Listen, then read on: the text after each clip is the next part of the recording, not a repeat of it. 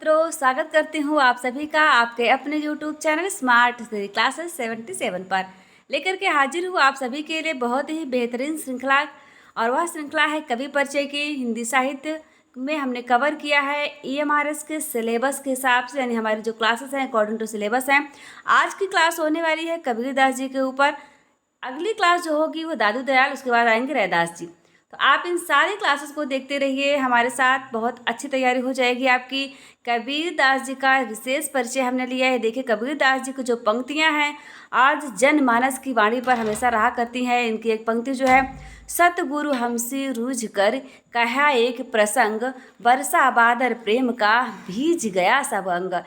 इस प्रकार की जो पंक्तियां हैं गुरु जी की प्रशंसा, गुरु की महत्ता का वर्णन, कबीरदास जी की रचनाओं की विशेषता रही, उनकी वाणियों की विशेषता रही है।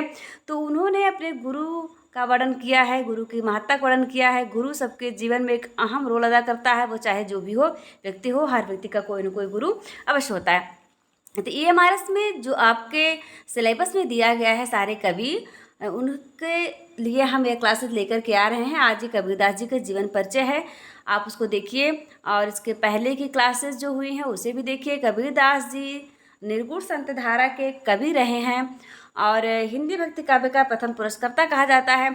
इनकी पंक्तियां देखिए, हरि रस पिया जानिए जे कबहू न जाए खुमार, मैं मनता घूमत फिरे नाही तन की सार।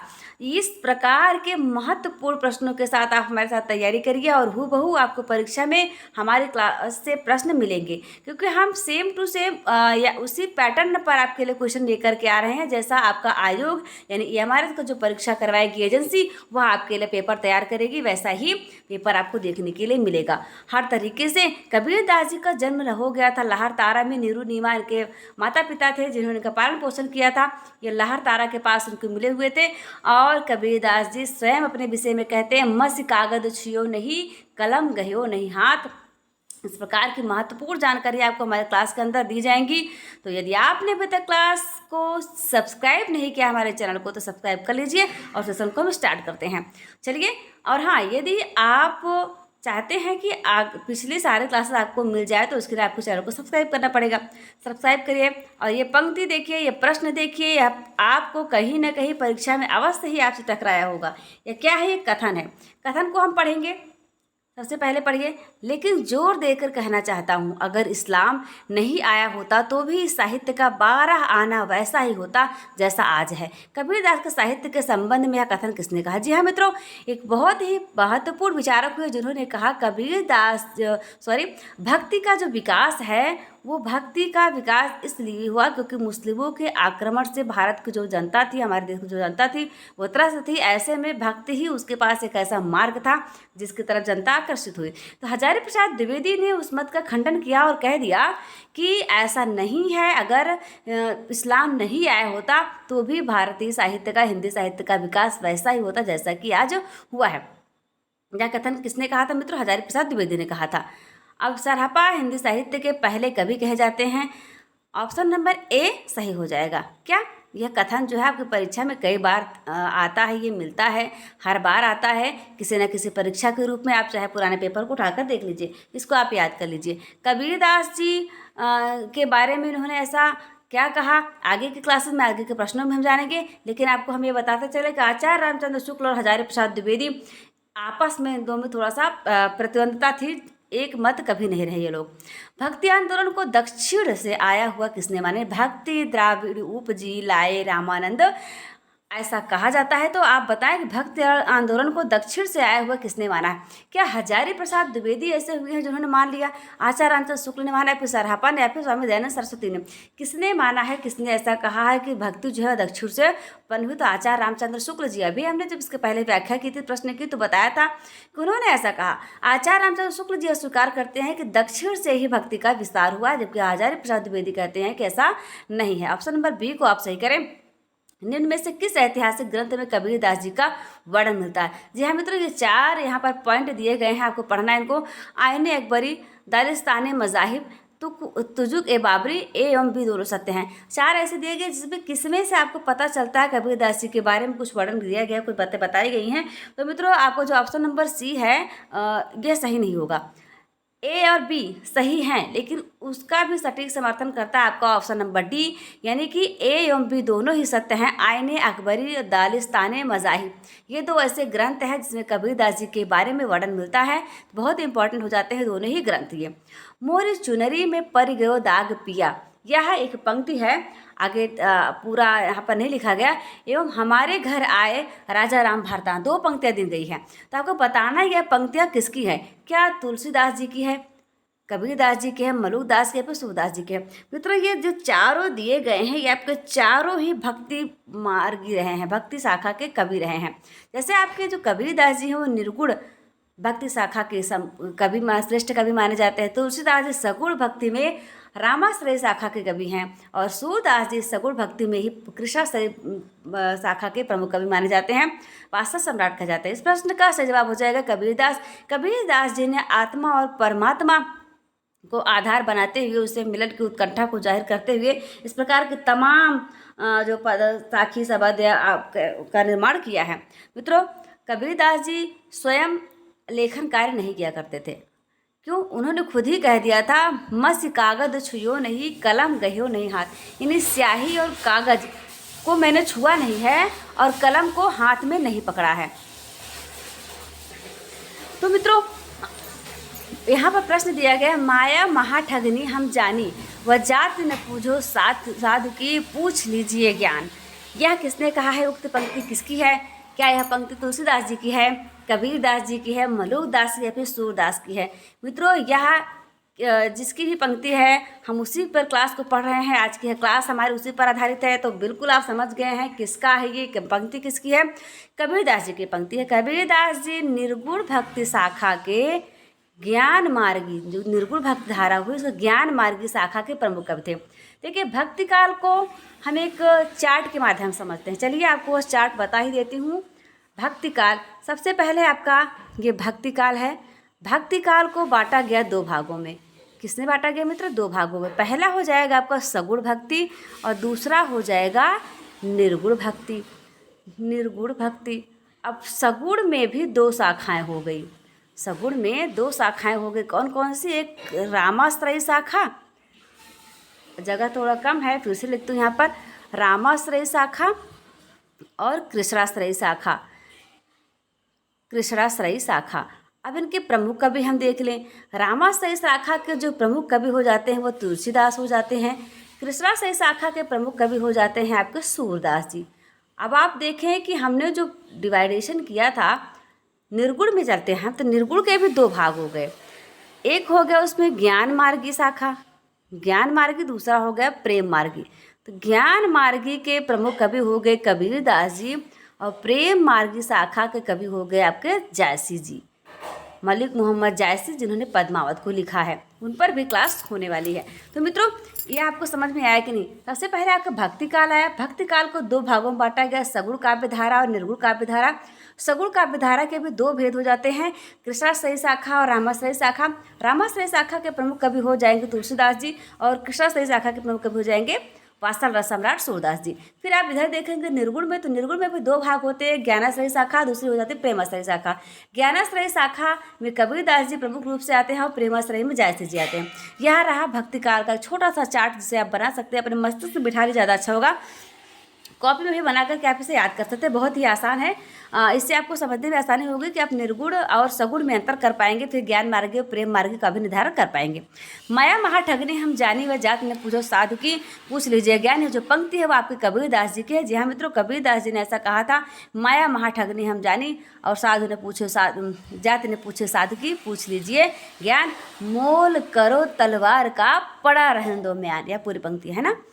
तो यदि आपने अभी तक हमारे जो क्लासेस है UP PET, TGT, PGT, CTET, DSSS, MRS की, उन सभी क्लासों को देखने के लिए और अभी किसमें MCQ ग्रुप में हमारे चैनल पर आ जाइए, वहाँ पर इसको सब्सक्राइब कर लीजिए। और यदि आप PDF को प्राप्त करना चाहते हैं इस शानदार सी प्यारी सी PDF को, तो उसके लिए आपको हमारा टेलीग्राम चैनल डाउनलोड करना पड़ेगा।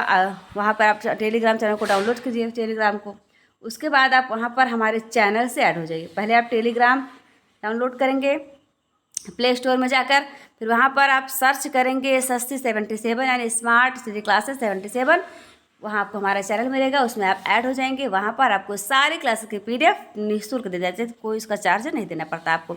और हाँ, बहुत ही महत्वपूर्ण जानकारी आपके लिए, इसके पहले की क्लास में हमने कवर किया है विद्यापति और अमीर खुसरो को, तो आप उन पर भी बनने वाले जितने भी प्रश्न हैं मोस्ट इंपॉर्टेंट समझिए, परीक्षा से हूबहू मेल खाते हैं प्रश्न, ऐसी श्रृंखला को आप जरूर देखें जा करके पिछली क्लासेस में। और चंद्रवर दाई जिन्होंने लिखा था पृथ्वीराज रासो को, ऐसे महान कवि के बारे में हमने कवर किया है। आप उनकी महत्वपूर्ण पंक्तियों को जानते हैं, उनके बारे में पूरा हमने कवर किया अच्छे तरीके से, कब उनका जन्म हुआ, कब उनकी मृत्यु हुई, उन्होंने क्या लिखा, उनकी रचना कैसी रही। तो उन सारी चीज़ों को देखने के लिए आप हमारे चैनल पर जाकर देखिए पिछली क्लासेस को, है ना। आगे भी क्लास लेकर आए। और एक प्रश्न आपके लिए है, गोरी सोवे सेज पर मुख पर डाले केस, चल खुसरो घर आपने रैन भय चौदेश। यह प्रश्न उनके लिए है जिन्होंने अमीर खुसरो वाली क्लास देखी है या विद्यापति वाली क्लास देखी है, और किसकी क्लास देखी, चंद्रवर दाई क्लास देखी है। आप बताएंगे तीनों जो हैं, तीनों लेखकों में से यह पंक्ति किसकी है मित्रों। इसका जवाब आप हमें कमेंट बॉक्स में दे दीजिएगा, तब तो हम जानेंगे कि आप कितने तत्पर हैं इस क्लास को लेकर के। ये अमीर खुसरो को बहुत अच्छे तरीके से हमने समझाया है, हूबहू एकदम परीक्षा में बनने वाले प्रश्न आपको दिखेंगे हमारी क्लास में। अब आप चलिए आ जाइए यहाँ पर आज की क्लास पर। मैं कहता हूँ आँखें देखी तो कहता कागज की लेखी, उक्त पंक्ति किसकी है। जी हाँ मित्रों, आँखों देखी और कानों सुनी बात भी झूठी हो जाती है, ऐसा आपने सुना है, मुहावरा सुना है। तो वही कबीरदास जी कहते हैं कि मैं जिस चीज़ का वर्णन करता हूँ, मैंने जो अनुभव किया है, जो देखा है, और तुम क्या कहते हो, जो कागज़ में लिखा हुआ है उसका वर्णन करते हो। तुम का मतलब होता है सांसारिक लोगों के ऊपर, सांसारिक लोगों को इंडिकेट करते हुए उन्होंने कहा, जबकि स्वयं को बहुत अनुभवी बताया है। यदि आप इनके जीवन काल को देखें तो लगभग 120 वर्ष तक जीवित रहे। मित्रों बताइए, 120 वर्ष के व्यक्ति के पास जितना एक्सपीरियंस होगा उतने में तो आजकल 2 लोग जी लेते हैं ना। 60 वर्ष अगर औसत आयु मान लीजिए आप, अक्सर आप देख रहे हैं कोई 60 वर्ष में किसी की मृत्यु जा रही है, किसी की 55 हो जा रही है। कबीरदास जी लगभग 120 साल जिए, तो लगभग 2 लोगों के हिस्से का जीवन तो खुद ही जी लिए थे। तो ऐसे में एक्सपीरियंस में तो उनके पास डबल होगा, है ना। तो उन्होंने यही कहा था, मैं कहता हूँ आँखें देखी तू कहता कागज की लेखी। कबीरदास जी ने इस प्रश्न का जवाब सही हो जाएगा, Kabirdas ji option number B पर दिए गए हैं। ये देखिए, आप यहाँ पर देख पा रहे होंगे बहुत शानदार तरीके से। अब इस पंक्ति को पढ़िए ध्यानपूर्वक, फिर जवाब दीजिए। सूरा सो पहचानिए लरे दीन के हेतु, पुरजा पुरजा कट मरे कबहू न छाड़े खेत। यह पंक्ति किसके द्वारा कही गई है। आप सारे ऑप्शन को पढ़िए, फिर ध्यानपूर्वक से उसका जवाब दीजिए। बहुत ही शानदार क्लास आपके लिए, और प्रश्न का जवाब तो कबीरदास जी है। हमारी जो क्लास है वो आज की कबीरदास जी के ऊपर ही है। तो हमने जानबूझकर यह पैटर्न फॉलो किया है ताकि आपको सारी चीज़ें एक ही कवि या लेखक संबंधित सब आपको एक ही क्लास में हम याद करवा दें। इसके बाद जब सारे कवियों की श्रृंखला जो है वो पूरी हो जाएगी, जितने भी आपके सिलेबस में है ये हमारे इसके, तो हम क्या करेंगे, उन पर बनने वाले क्वेश्चन की सीरीज़ लेकर आएंगे जो बहुत ज़्यादा परीक्षा में पूछी जा सकती हैं। समझ लीजिए, एकदम हूबहू पेपर कोई छाप देंगे हम, इतनी अच्छी तैयारी होने वाली है आपकी। तो आप लगे रहिए हमारे चैनल के साथ में। वह बताइए, रामायणी और शब्द में गे पद है, साखी दोहों में है। साखी की भाषा क्या है। साखी की भाषा से पूछा गया, पहले तो जवाब दे दिया गया है कि रामायणी और शब्द जो है गे पद हैं और साखी दोहा में है। तो साखी की भाषा क्या है। कबीरदास जी की जो रचना है, रचनाओं का संग्रह, उसे कहा जाता है बीजक। बीजक के नाम से आप जानते हैं। और बीजक का संकलन किसने किया था मित्रों, उसे किया था धर्मदास जी ने। कबीरदास जी के एक शिष्य हुआ करते थे धर्मदास, और कबीरदास खुद किसी रचना का लेखन नहीं किए हैं, उन्होंने स्वयं ही स्वीकार किया, मत्स्य कागज छुओ नहीं, कलम गए हो नहीं हाथ। तो कबीरदास जब कोई प्रवचन देते थे, किसी प्रकार की मंडली में कीर्तन करते रहते थे, तो ये इनके जो शिष्य हुआ करते थे धर्मदास जी, वो उसको लिख लिया करते थे। इन्हें लिपिबद्ध करने का कार्य जो है किया था धर्मदास जी ने, और उन्हीं रचनाओं का संकलन बाद में बीजक नाम से प्रकाशित हुआ। तो कबीरदास जी की जब रचना आपने सुना होगा, पूछते हैं उनकी रचनाएं कितनी, रचनाओं का संकलन क्या है, रचनाओं का संकलन किसने किया है, इन सारे प्रश्नों का जवाब आपको मिल रहा है हमारे यहाँ पर। तो लिपिबद्ध किया धर्मदास जी ने। अब वही पूछा जा रहा है इसमें कि रामायणी और शब्द गे पद हैं, लेकिन साखी जो है वो दोहा में है। तो आपको बताना साखी की भाषा क्या है। पूर्वी बोली और ब्रज है, राजस्थानी मिली खड़ी बोली है, ब्रज और अवधी मिली खड़ी बोली है, उर्दू और फारसी में है। मित्रों कबीर दास जी ब्रज भाषा नहीं बोलते, ब्रज भाषा उनकी नहीं मिलेगी आपको। ब्रज से ये वाला कैंसिल होगा, ये कैंसिल होगा। उसके अलावा उर्दू फारसी भी इनके भाषाओं में नहीं मिलते हैं। तो ऑप्शन नंबर बी सही हो जाएगा। राजस्थानी पंजाबी मिली खड़ी बोली बोलते थे। इन पर और भी प्रश्न बनने वाले हैं, बहुत शानदार प्रश्न है। क्लास में बने रहिए अंत तक हमारे साथ। ऑप्शन नंबर बी को आप देखिए, वह सही हो जाएगा। साखी की भाषा क्या है? राजस्थानी पंजाबी मिली खड़ी बोली है। अब दिए गए कथनों पर विचार करना है। विचार क्या करना है कि कथन को आप पढ़िए, फिर आपको बताना कि इनमें से कौन सा कथन सही है और कितने कथन सही हैं। तो पहला कथन जो दिया गया है, क्या दिया गया है मित्रों? कबीर के पुत्र और पुत्री का नाम कमाल कमाली था। कबीर के पुत्र का नाम कमाल था, पुत्री का नाम कमाली था। क्या है बात सत्य है? बिल्कुल सत्य है। कबीर दास जी की पत्नी का नाम लोई मिलता है, बिल्कुल सही है बात। गुरु गोविंद दो खड़े काके लागो पाए, यह पंक्ति रहीम दास ने लिखी। बिल्कुल मित्र, रहीम दास ने इसको नहीं लिखा है, इसको लिखा है आपके कबीर दास जी ने। कबीर दास जी ने गुरु की महत्ता का वर्णन किया है।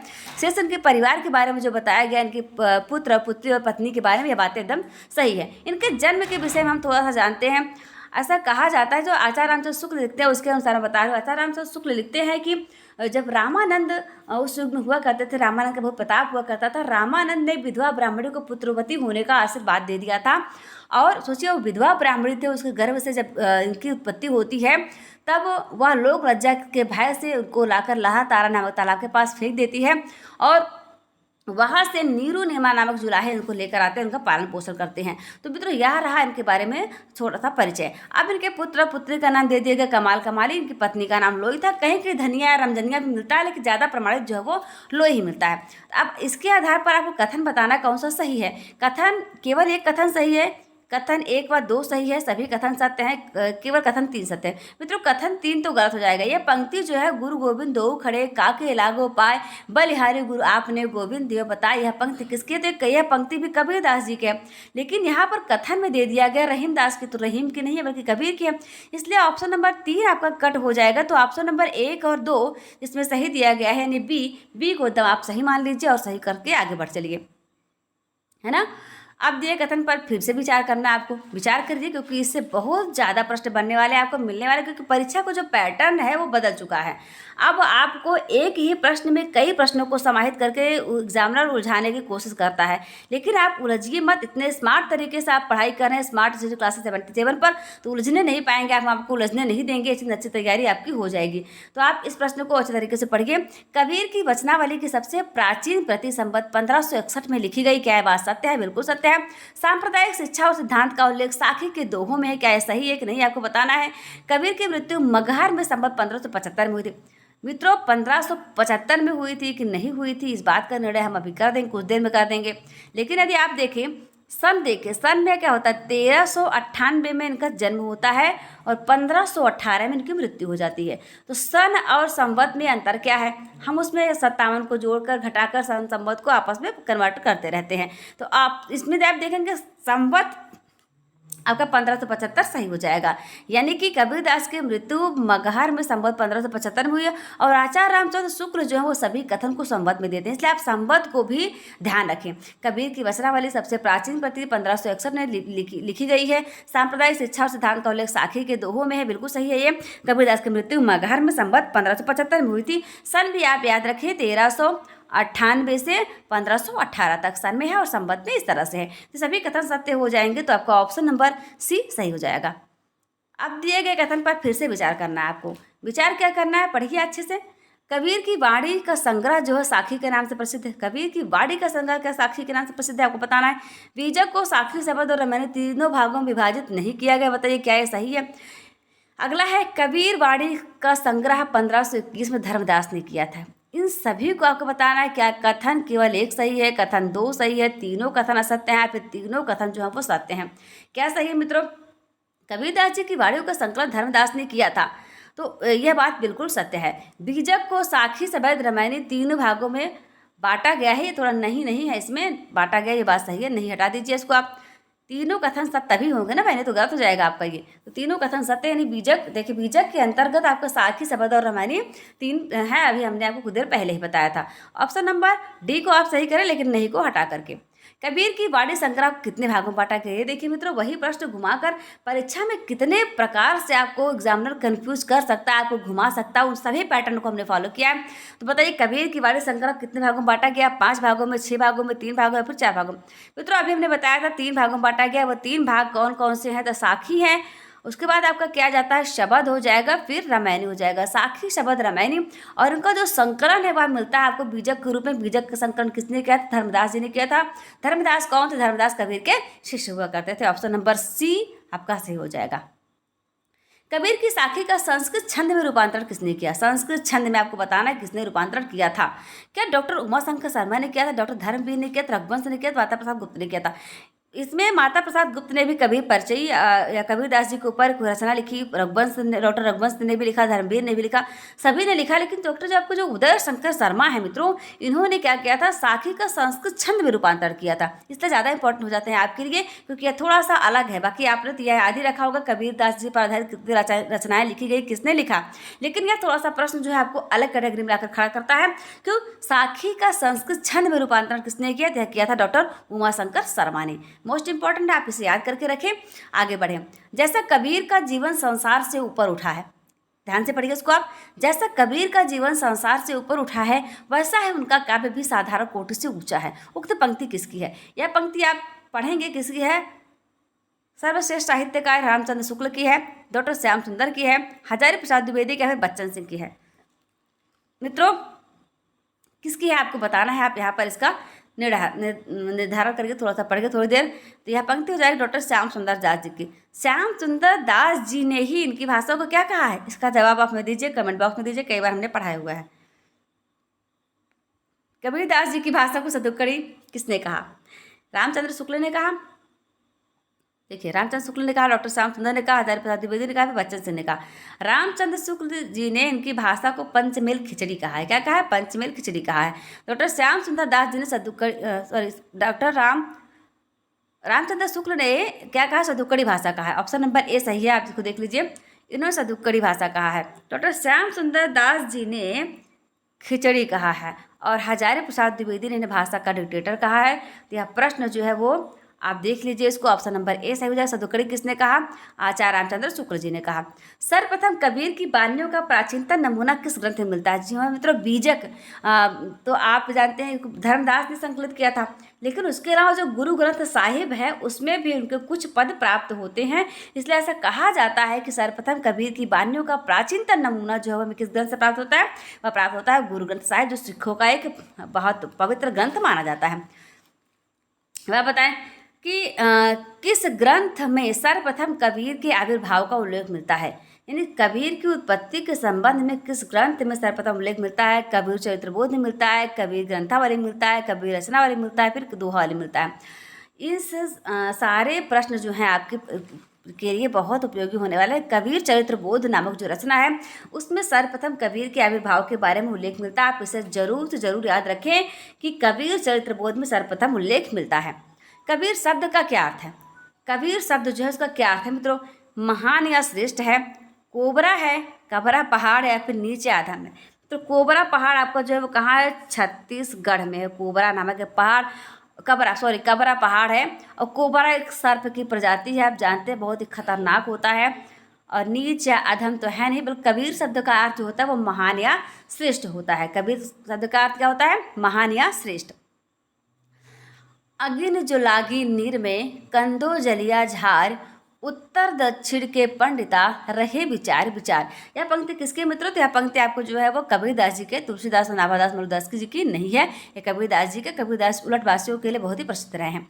कबीरदास जी का निधन कब हुआ था? ये देखिए, आपको पूछा जा रहा आपसे, हमने भी कुछ देर पहले आपको बताया था। उस सन में पूछा गया, यहाँ पर संवत नहीं है। सन और संवत में करने के लिए आपको क्या करना पड़ता है? 57 को जोड़कर घटाकर आप सन संवत को आपस में कन्वर्ट कर सकते हैं। तो कबीरदास जी का जो निधन है क्या 1518 में हो गया था, 1520 में हुआ था, 1523 में, फिर 1524 में। तो इनका निधन जो है वो हुआ था 1518 में, कबीरदास जी का निधन हो गया था। और जन्म बताइए चलिए कब हुआ था? जन्म हुआ था उनका 1398 में, है ना।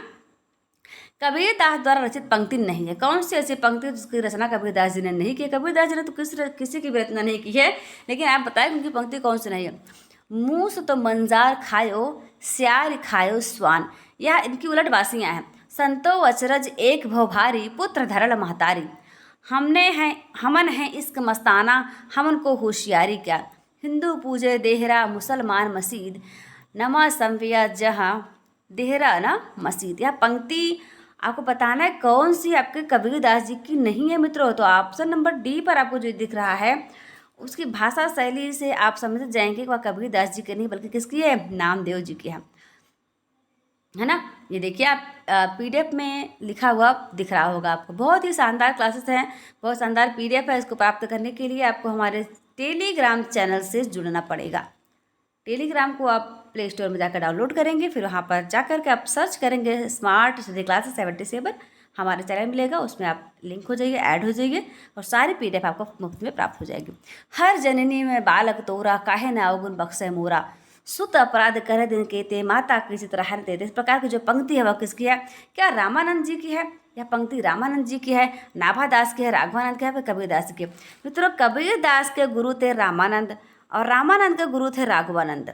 चाहे गुरु शिष्य परंपरा भी रही है। और हर जननी में बालक तोरा, काहे न अवगुण बख्शो मोरा, सुत अपराध करे दिन तेते, माता की चित्रहान की।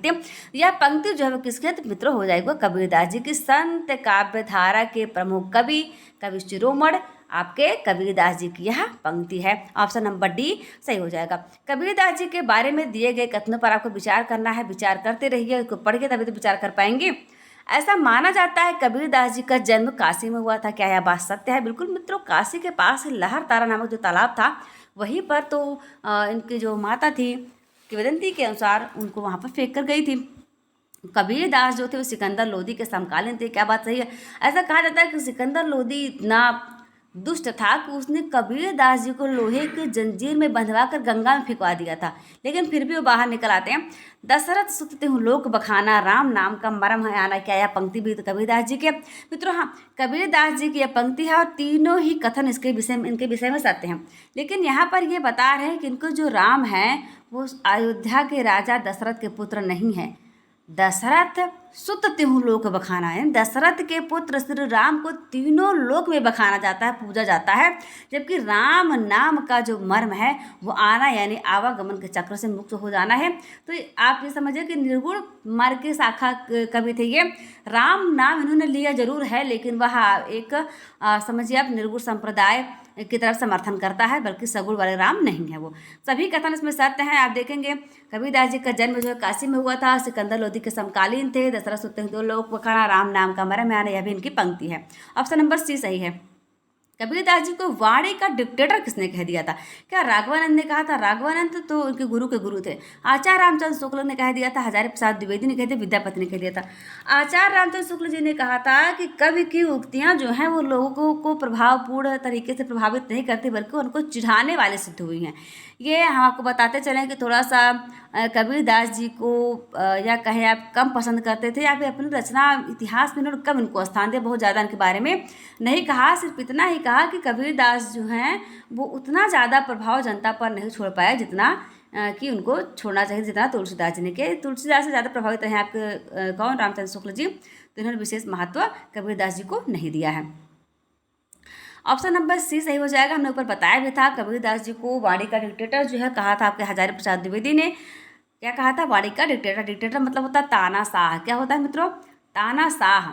तानाशाह का मतलब क्या होता है? जो सारी चीज़ें अपने मन मर्जी के मुताबिक चलाए, किसी और की मन मर्जी को चलने ही ना दे, उसे आप क्या कहेंगे? तानाशाह। हमारे इतिहास में भी एक तानाशाह प्रसिद्ध है, उसका क्या नाम था? हिटलर नाम था। तो यदि आप इतिहास पढ़ने में इंटरेस्ट रखते हैं, आपकी परीक्षा में इतिहास से संबंधित क्वेश्चन आता है, या फिर आप टीजीटी पीएचडी सोशल से अप्लाई किए हैं, तो उसके भी क्लासेस आपको हमारे चैनल पर देखने के लिए मिल जाएंगे। बहुत ही शानदार क्लासेस, आप जरूर देखें। आप बताएं मुसलमानों के अनुसार कबीरदास जी गुरु कौन थे? जी हाँ मित्रों, देखिए जो व्यक्ति अच्छा होता है, जो जाकर प्रसिद्धि हासिल कर लेता है, युगों से विशेषता रही। जैसे कालिदास जी के बारे में आज तक निर्णय नहीं हो पाया कि वो कहाँ के थे भाई, उसी तरह से हर कोई व्यक्ति उन्हें अपनी तरफ घसीटता है कि ये ज़्यादा सफल थे, ये हमारी तरफ के थे, वो हमारी तरफ के थे। इसी प्रकार से मुसलमान जो हैं वो मानते हैं कबीरदास जी मुसलमान थे, हिंदू मानते हैं कबीरदास जी हिंदू थे। तो अब हिंदू परंपरा के अनुसार तो उनके गुरु रामानंद हो गए, लेकिन मुस्लिम परंपरा के अनुसार उनके गुरु कौन थे आपको बताना है। क्या सूफी फकीर शेख तकी थे, नाभादास या फिर अनंतदास? मित्रों इनके जो मुस्लिम परंपरा के अनुसार जिनके गुरु माने जाते हैं वह सूफी फ़कीर शेख तकी को माना जाता है। यह बात मैंने आपको कुछ देर पहले भी बताया था, फिर से बता रही हूँ। ऑप्शन नंबर ए सही हो जाता है। तो आज की यह क्लास कैसी लगी आपको, आप कमेंट बॉक्स में कमेंट करके बताइएगा। और आने वाली क्लासेस को देखने के लिए आप हमारे चैनल को सब्सक्राइब कर लीजिए। पीडीएफ को प्राप्त करने के लिए भी टेलीग्राम चैनल से जुड़ जाइए। और यदि आप चाहते हैं कि हम आपके साथ बने रहें तो आप प्यारे प्यारे कमेंट करिए और हमारे वीडियो को शेयर करिए, अपना सहयोग बनाए रखिए। आपको क्लासेस कैसे लग रही हैं आप जरूर बताइएगा। आप देखेंगे कि हम जो श्रृंखला चला रहे हैं बहुत ही बेहतरीन श्रृंखला है। आपको परीक्षा में हूबहू प्रश्न मिलेगा हमारी ही क्लास से, ठीक है। तो आपका भविष्य मंगलमय हो, उन्हीं शुभकामनाओं के साथ आप तैयारी करते रहें, स्वस्थ रहें, मस्त रहें, अपना और अपनों का ख्याल रखें, हंसते रहें, मुस्कुराते रहें। नमस्कार, जय हिंद, जय भारत।